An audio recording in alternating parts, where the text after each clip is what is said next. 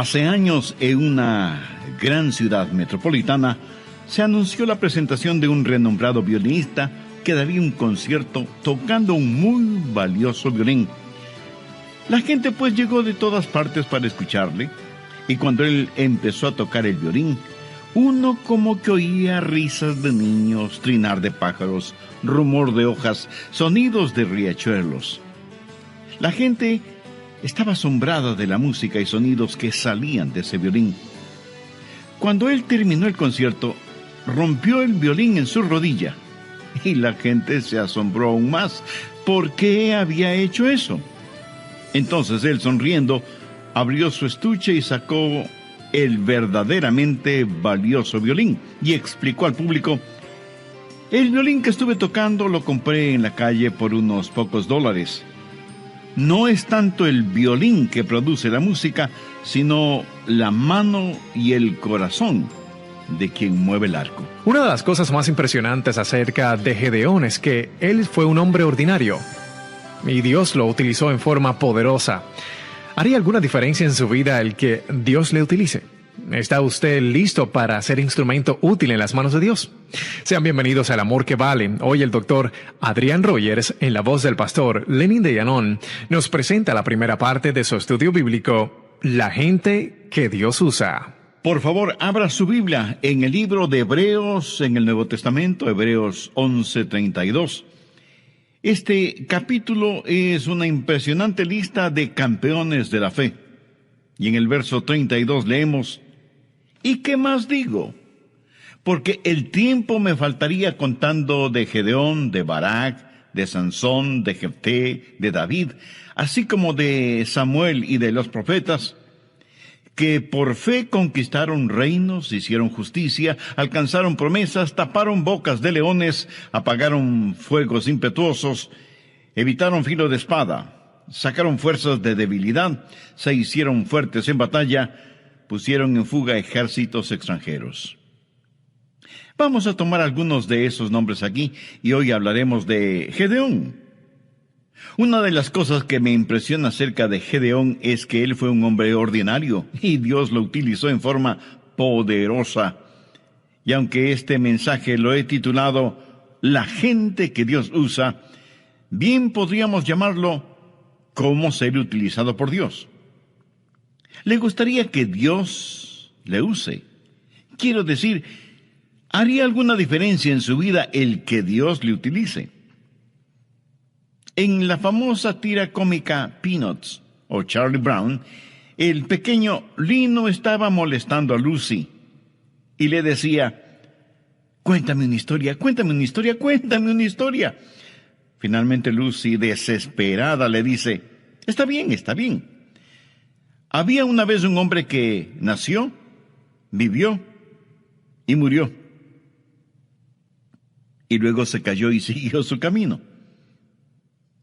Y Lino comenta, como para ponerse a pensar, ¿verdad? Amigo, ¿va a ser eso verdad acerca de usted? Nacer, vivir y morir. Existir para vivir y vivir para existir. ¿Es eso todo en su vida? Escuché de un hombre llamado Willy que trabajaba para una organización. Un día Willy murió y alguien fue a la oficina donde Willy trabajaba y dijo: me gustaría aplicar para ocupar el puesto de Willy, que él dejó vacante. Y le contestaron: Willy no dejó ningún puesto vacante. Qué triste, ¿no le parece? Y me pregunto, ¿cuántos de nosotros no dejaremos ningún puesto vacante cuando vayamos hacia la eternidad? ¿Hace alguna diferencia el que usted viva? ¿De qué sirve su vida frente a los demás? ¿Cuál es la clase de personas que Dios usa? Bien, vamos al capítulo 6 de Jueces para encontrarnos con Gedeón. Permítame darle el trasfondo de esta historia. Eran días difíciles en Israel. El diablo estaba como león rugiente y los enemigos de Dios estaban ganando victoria tras victoria. Parecía que el pueblo de Dios aparentemente había tirado la toalla. Ya no cantaban firmes y adelante. y todo lo que trataban de hacer era permanecer con vida.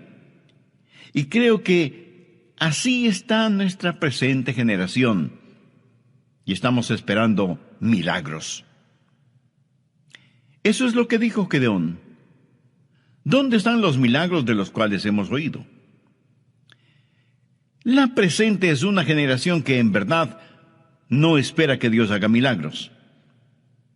Es una generación que dice: pobre Dios, ya no es lo que solía ser, ya no tiene el poder que antes tenía, ya no salva multitudes, ya no destruye ciudades, ya no pone al mundo de cabeza. Parece que Dios está viejo y enfermo, su mano se ha debilitado, su oído ya no escucha, sus ojos ya no ven. Pobre Dios. No, mi amigo, no. Dios sigue siendo Dios.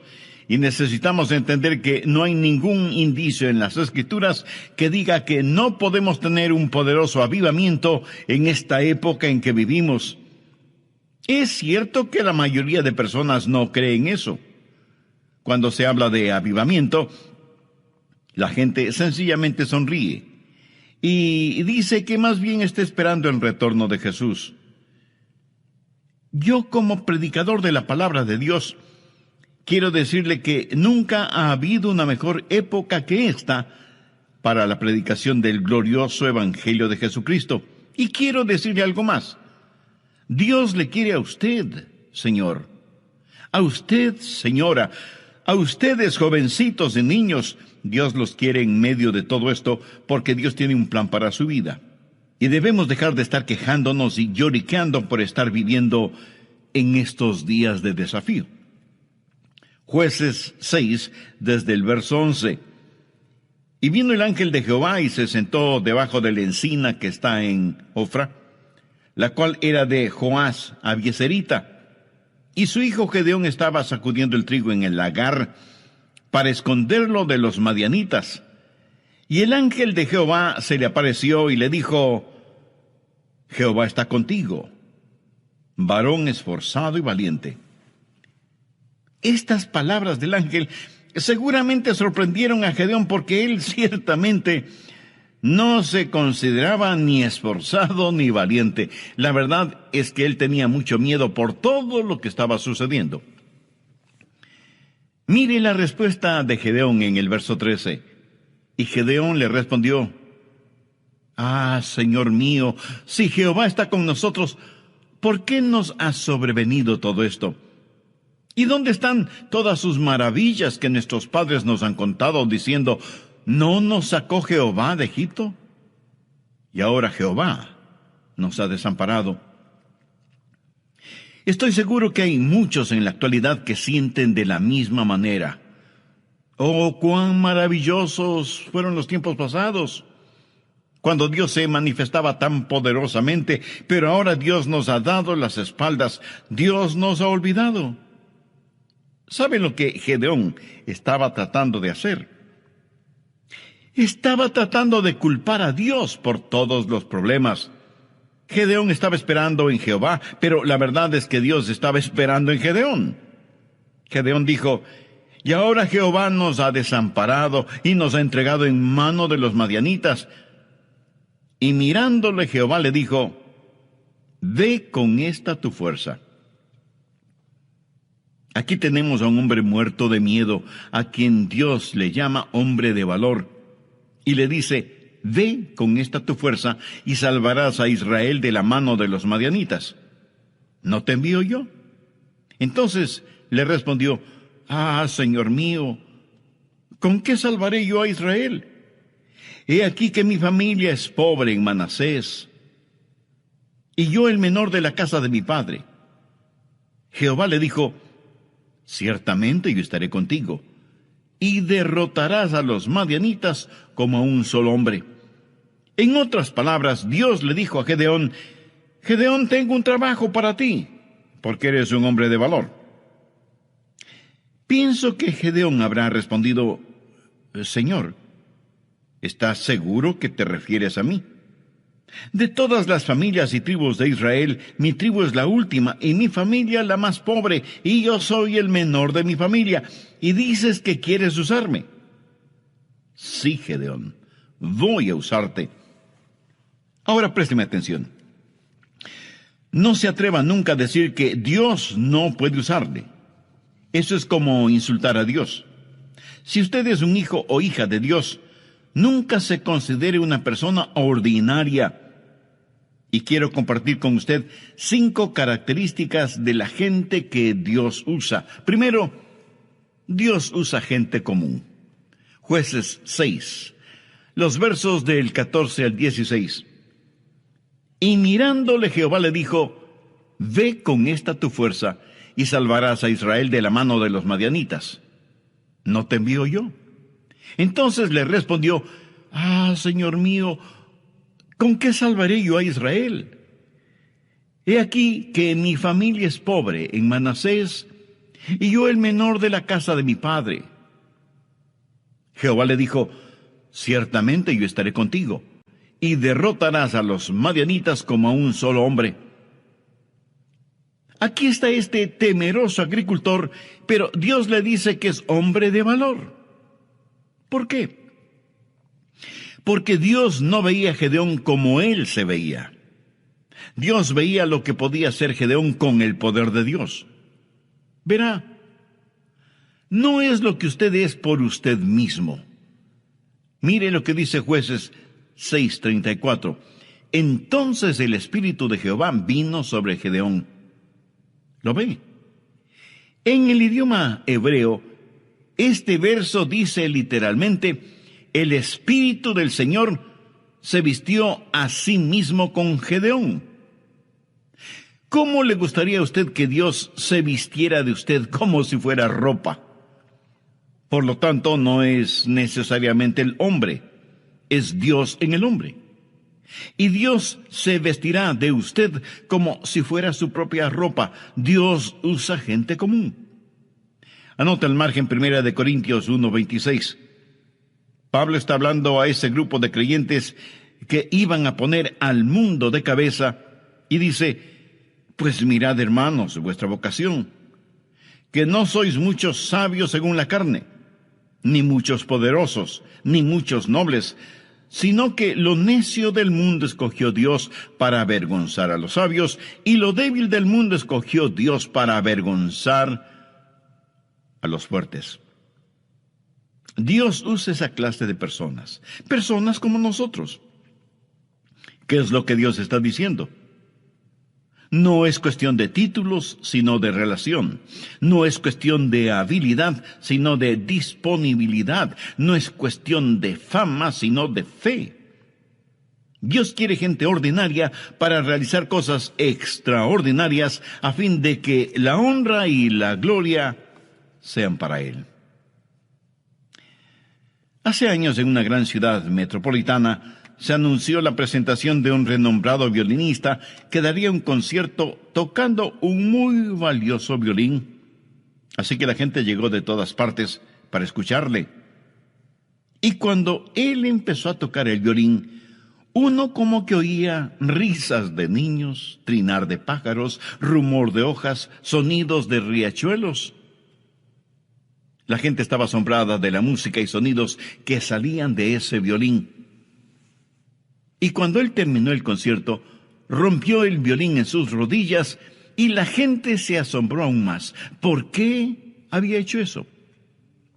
Entonces él, sonriendo, abrió su estuche y sacó el verdaderamente valioso violín y explicó al público: el violín que estuve tocando lo compré en la calle por unos pocos dólares. No es tanto el violín que produce la música, sino la mano y el corazón de quien mueve el arco. Por así decirlo, cualquiera de nosotros pudiera no ser más que un violín barato. Pero Dios es el maestro violinista y puede sacar hermosa música de su vida o de la mía. Dios usa gente común. Dios puede utilizarle a usted o puede utilizarme a mí. Segundo, Dios usa gente ya limpia. Leamos Jueces 6:25. Aconteció que la misma noche le dijo Jehová: toma un toro del hato de tu padre el segundo toro de 7 años y derriba el altar de Baal que tu padre tiene. Baal era el sucio dios de la fertilidad. Ellos sacrificaban sus hijos a esa deidad. Cometían fornicaciones y adulterios en nombre de Baal. Era el dios de la sexualidad. Es el mismo Dios que ha inundado nuestros pueblos, ciudades y naciones. Y corta también la imagen de acera que está junto a él, y edifica altar a Jehová, tu Dios, en la cumbre de este peñasco, en lugar conveniente. Y tomando el segundo toro, sacrifícalo en holocausto con la madera de la imagen de acera que habrás cortado. Ahora escúcheme atentamente. Si usted quiere que Dios le use, saque todos los ídolos de su vida. Y si usted me dice, pastor, estamos viviendo en tiempos modernos, no tenemos ídolos. Amigo, ¿está usted bromeando? ¿Qué es un ídolo? ¿Una figura hecha de algún material? No necesariamente. Permítame decirle lo que es un ídolo. Es cualquier cosa que usted ame más, tema más, sirva más y valore más que a Dios. Eso es un ídolo. No importa lo que sea. Su trabajo puede ser un ídolo. Usted puede hacer un ídolo de usted mismo. Dios dice que debe quitar los ídolos de su vida. Ahora, el problema con Gedeón y aquellos que le rodeaban era que sus vidas estaban manchadas con pecados. Y se habían olvidado de su Señor y Dios, y estaban sirviendo a dioses paganos. Quiere que Dios le use. Dios no le usará si hay pecado no confesado y no arrepentido en su vida. No lo hará. ¿Quiere saber por qué Dios no le usa? Solo hágase la siguiente pregunta. ¿Tengo un corazón limpio? Los utensilios que usa el Señor deben estar limpios. Dios no nos usará si hay idolatría en nuestras vidas. ¿Es Jesucristo el número 1 en su vida? Si no lo es que usted tiene un ídolo en alguna parte. Tercero, Dios usa gente valiente. Jueces 6:12. Y el ángel de Jehová se le apareció y le dijo, Jehová está contigo, varón esforzado y valiente. No solo que Dios iba a utilizar a Gedeón, sino que le daría rango militar, general. Y Dios le dijo, Gedeón, toca la trompeta, y reúne un ejército. Y 32,000 personas vinieron a ayudarle a librar a los israelitas de la opresión de los madianitas. Vamos ahora a Jueces 7, los versos 2 y 3. Y Jehová dijo a Gedeón, el pueblo que está contigo es mucho para que yo entregue a los madianitas en su mano. No sea que se alabe Israel contra mí, diciendo, mi mano me ha salvado. Ahora pues haz pregonar en oídos del pueblo, diciendo, quien tema y se estremezca, madrugue y devuélvase desde el monte de Galaad. Y se devolvieron de los del pueblo 22,000 y quedaron 10,000. Primero había 32,000 personas. El general Gedeón dijo, escuchen, tengo un anuncio que hacer. Si hay alguien aquí que tenga miedo, no lo podemos usar. Regrese a su casa, está disculpado. Y en estampida, 22,000 se hicieron humo. Quedaron 10,000. Gedeón quedó con la tercera parte de su ejército. Ahora, como entonces, si usted es un cobarde, Dios no le puede utilizar. Dios está buscando hombres esforzados y valientes. Dios no se impresiona con el número de miembros en una iglesia.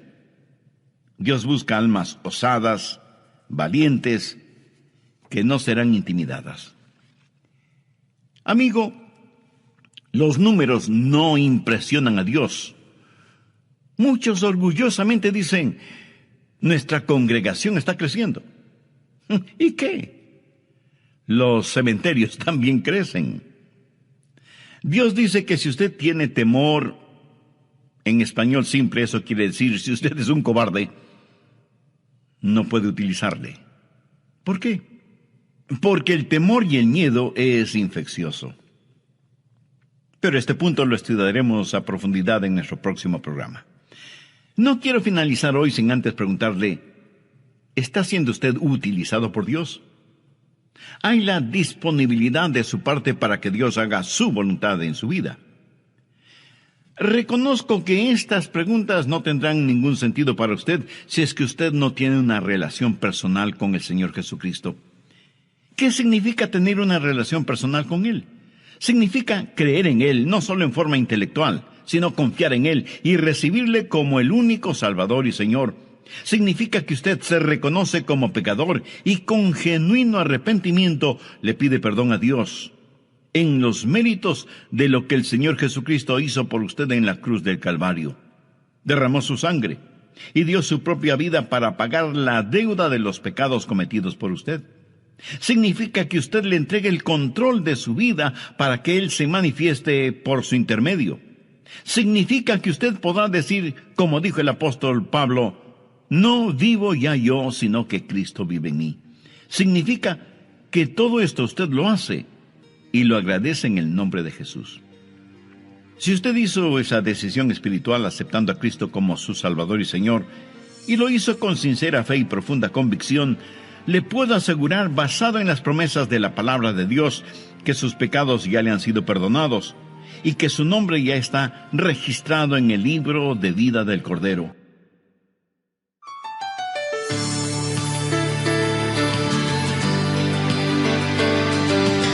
Se pensaba que solo las mujeres cuidaban su figura, pero en nuestros días los hombres también lo hacen. Es interesante el ver cuán cuidadosos somos con lo que tiene que ver con nuestra imagen, con lo externo, con las apariencias, pero cuán descuidados somos con nuestro interior, el ser espiritual. Si lo pudiéramos eliminar, ya lo habríamos hecho. Debemos ser muy cuidadosos y no jactarnos de que no hay nada de qué temer.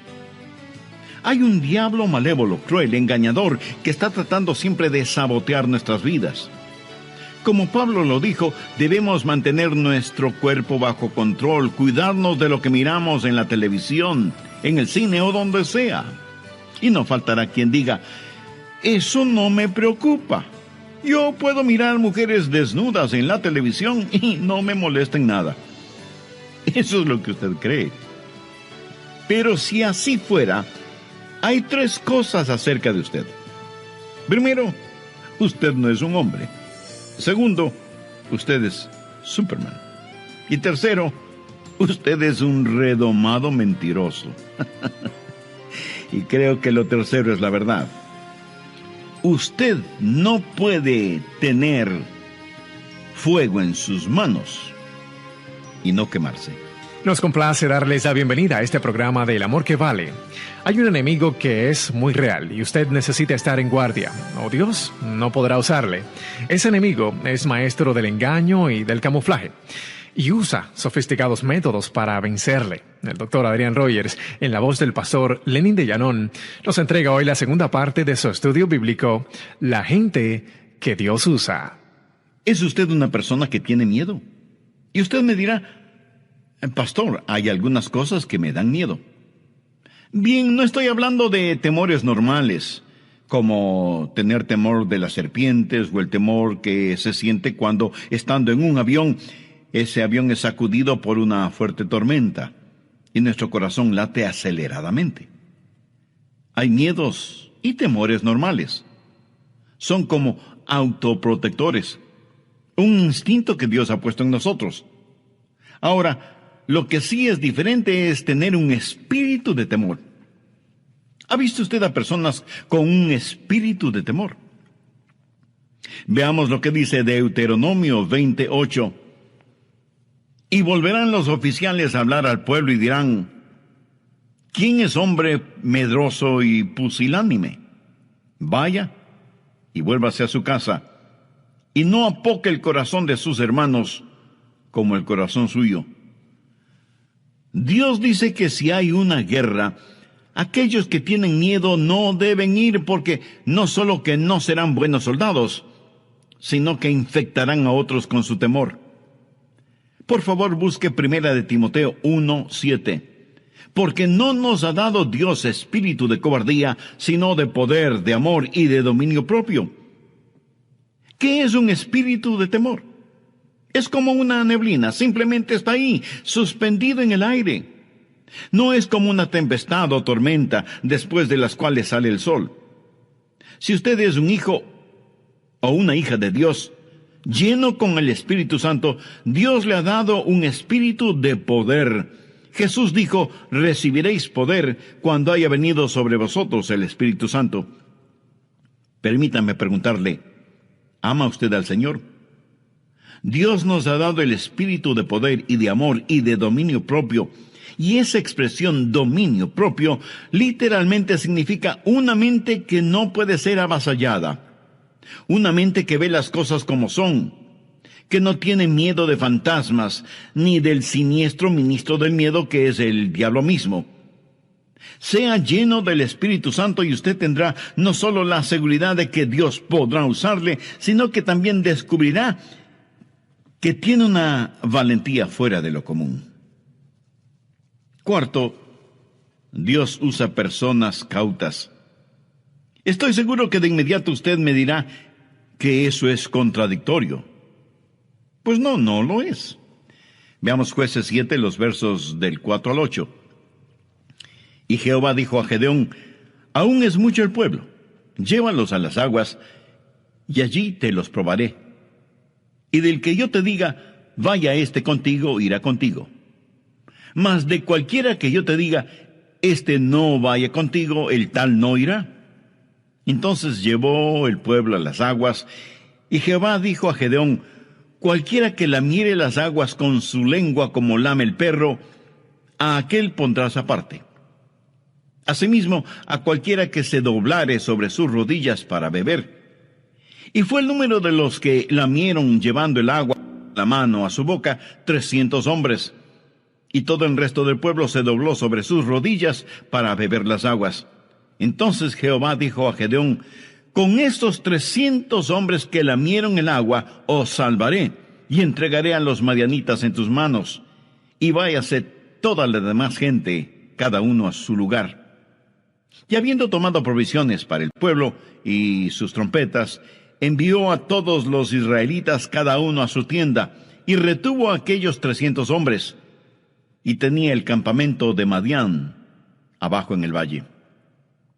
Dios dijo, muy bien, Gedeón, has enviado a los temerosos a sus casas, pero hay que hacer otra prueba.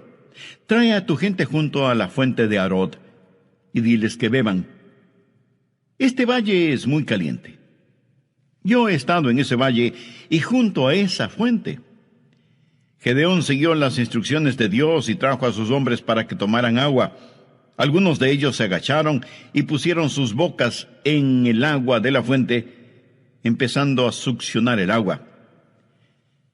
¿Puede usted imaginarse lo vulnerable que se vuelve un hombre frente a su enemigo cuando está en esa posición? Y la Biblia dice que el enemigo estaba muy cerca. Sin embargo, hubo un grupo de 300 hombres que cogieron el agua entre sus manos y se las acercaban a la boca, siempre cautos, mirando hacia todo lado. Estos eran hombres cautelosos. Y usted dirá, pensé que hablábamos de hombres valientes. Sí, valientes y cautelosos. Me fascina el balance que encontramos en la Biblia. Mientras en una parte nos dice que no debemos ser amedrentados por nuestros adversarios, en otra nos aconseja estar sobrios y vigilantes, porque vuestro adversario, el diablo, como león rugiente, busca a quien devorar. ¿Está usted en guardia?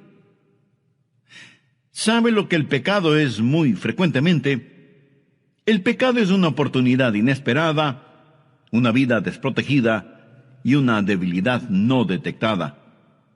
Cuando usted junta estas tres cosas, su caída es segura. Pablo dijo, así que el que piense estar firme, mire que no caiga. Quinto, Dios usa gente confiable. Vamos a Jueces 7, versos del 12 al 15. Y los madianitas, los amalecitas y los hijos del oriente estaban tendidos en el valle como langostas en multitud, y sus camellos eran innumerables como la arena que está en la ribera del mar en multitud. Cuando llegó Gedeón, he aquí que un hombre estaba contando a su compañero un sueño, diciendo: he aquí que yo soñé un sueño. Veía un pan de cebada que rodaba hasta el campamento de Madián, y llegó a la tienda, y la golpeó de tal manera que cayó, y la trastornó de arriba abajo, y la tienda cayó. Y su compañero respondió y dijo: esto no es otra cosa sino la espada de Gedeón, hijo de Joás, varón de Israel. Dios ha entregado en sus manos a los madianitas con todo el campamento.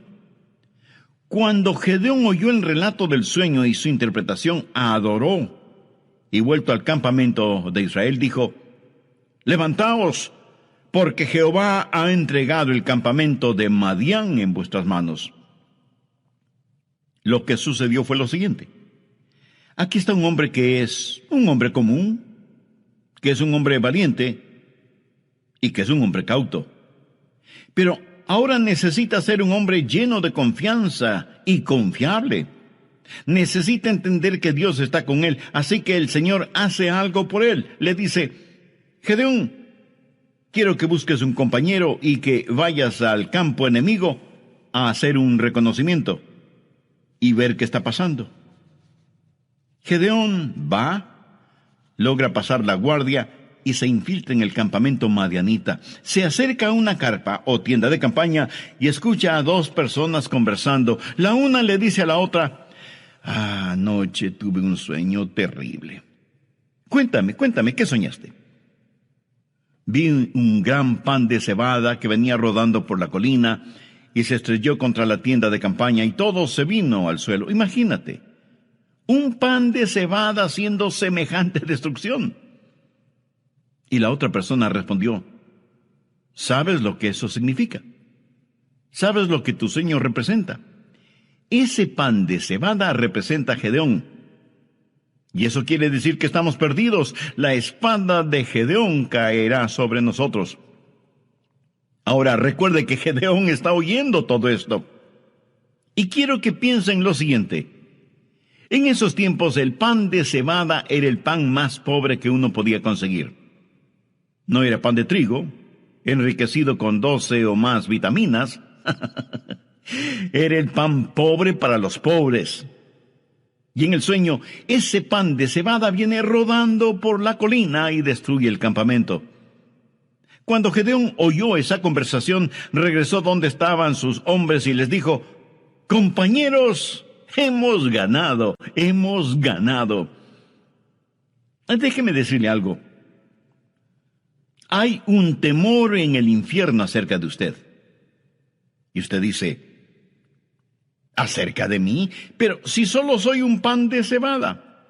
Precisamente ese es el punto.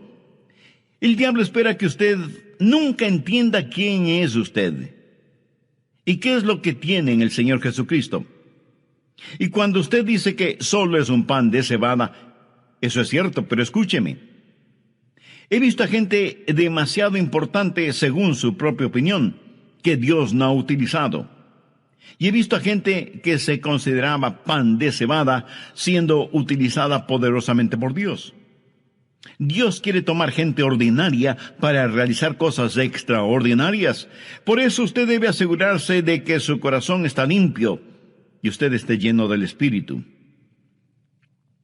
Un tigre y un león se encontraron junto a un lago para beber agua. El tigre le preguntó al león: ¿por qué te pasas rugiendo como un verdadero necio? Y el león le contestó con un brillo de astucia en sus ojos: amigo, eso no es necedad.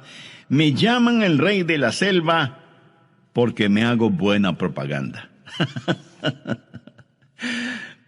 Un conejito escuchó esta conversación y corrió como un rayo hacia su madriguera. Él pensó en imitar el plan del león, pero cuando quiso rugir, lo único que salió de su garganta fue un débil gritito. Un zorro que pasaba por ahí ese momento oyó ese gritito, se acercó a la madriguera para investigar y terminó comiendo un sabroso fricasé de conejo.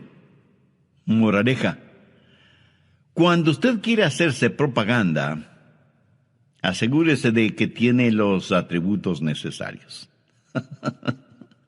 Escuche, usted tendrá los atributos necesarios si su corazón está limpio y está lleno con el Espíritu Santo.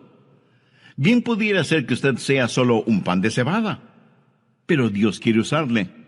El verdadero temor que hay en el infierno es porque uno de estos días los hijos de Dios van a descubrir qué es lo que son y qué es lo que tienen en el Señor Jesucristo. ¿Es usted conocido en el infierno? Ya veo su reacción. Pero, pastor, ¿cómo se le ocurre semejante cosa? Bueno, no se enoje. Solo era una pregunta. Yo sí quiero que mi nombre esté en la pizarra de anuncios del infierno. Quiero que haya un cartel con mi foto que diga: atención, este es Adrian Rogers, es muy peligroso. Y aunque solo es pan de cebada, es muy peligroso porque está armado con la espada de la palabra de Dios. Usted no puede tener su nombre en el salón de los campeones en el cielo, a menos que su nombre sea conocido y temido en el infierno. En el libro de los Hechos encontramos a unos hombres, de hecho, 7 hijos de un sacerdote judío llamado Esceva. Veamos Hechos capítulo 19, verso 13. Pero algunos de los judíos exorcistas ambulantes intentaron invocar el nombre del Señor Jesús sobre los que tenían espíritus malos, diciendo: os conjuro por Jesús, el que predica Pablo. Ellos no tenían un conocimiento personal de Jesús. Sabían acerca de él por la predicación de Pablo. Ahora ponga mucha atención al verso 15. Pero respondiendo el espíritu malo dijo: a Jesús conozco, y sé quién es Pablo. Pero vosotros, ¿quiénes sois? Por favor, no pase por alto las consecuencias de la falsa religión. Vea lo que dice el verso 16. Y el hombre en quien estaba el espíritu malo, saltando sobre ellos y dominándolos, pudo más que ellos, de tal manera que huyeron de aquella casa desnudos y heridos. Eso es religión de segunda clase. Ellos no dijeron: en el nombre de Jesús, a quien conocemos. Dijeron: en el nombre de Jesús, el que predica Pablo. Esa es religión de segunda clase. Usted no puede ir por ahí diciendo: en el nombre de Jesús, del cual predica el pastor Rogers. No. Amigos, su nombre necesita ser conocido en el infierno. Los demonios necesitan saber que usted es alguien, una persona ordinaria, pan de cebada, común, pero valiente, cauto, confiable, que está siendo usada por Dios. Dios les dio la victoria ese día. ¿Quiere usted vivir victoriosamente o simplemente se dirá de usted que nació, vivió y murió? ¿Qué diferencia hará usted en el mundo? ¿De qué va a servir su vida? Y por favor, no me venga con el cuento de que usted solo es una persona común, ordinaria. No me diga que es demasiado viejo, o demasiado joven, o demasiado pobre, o falto de educación formal. Recuerde que no muchos nobles, influyentes o poderosos son llamados. Y no lo son, no porque Dios no pueda ni quiera usarlos, sino porque sus intereses son muy personales y terrenales. Es cierto que a lo mejor Dios no le use a usted en la forma que utiliza a otra persona. Por favor, no sea celoso de la forma en que otras personas son utilizadas por Dios. Después de todo, esa es una decisión de Dios, no suya. Usted no puede escoger su lugar de servicio. Pero si usted se pone a las órdenes de Dios, Él le usará. Yo creo eso con todo mi corazón. Anhelo que usted también lo crea. Debemos pedir a Dios que nos ayude como personas y como iglesias para estar listos a pelear la batalla que todavía no vemos.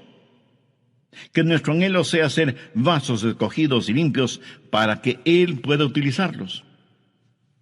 Amigo, antes de que Dios pueda utilizarle, usted tiene que conocer a Cristo como su Salvador y Señor en forma personal.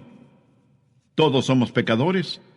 Pecadores por nacimiento, por naturaleza, por voluntad y por práctica.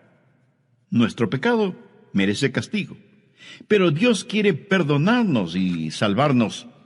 La Biblia dice en Hechos 16:31, cree en el Señor Jesucristo y serás salvo. ¿Qué es lo que usted cree acerca del Señor Jesucristo? ¿Que Él derramó su sangre por usted y murió en la cruz del Calvario por sus pecados? ¿Que resucitó de entre los muertos y que Él puede y quiere salvarle si deposita su fe y su confianza en Él?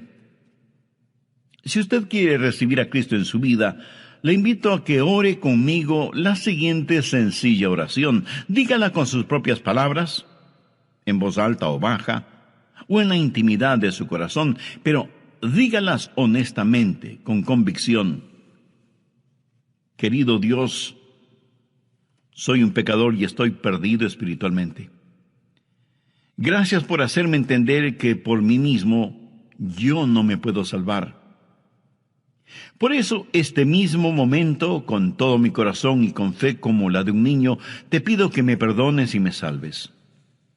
Señor Jesús, ven a morar en mi vida. Sé mi Salvador y mi Señor. Perdóname, límpiame, sálvame, sáname. Y ayúdame a vivir dignamente delante de ti y de los hombres. Ayúdame a nunca avergonzarme de ti y úsame conforme a los designios de tu preciosa voluntad. Lo pido en tu santo nombre. Amén.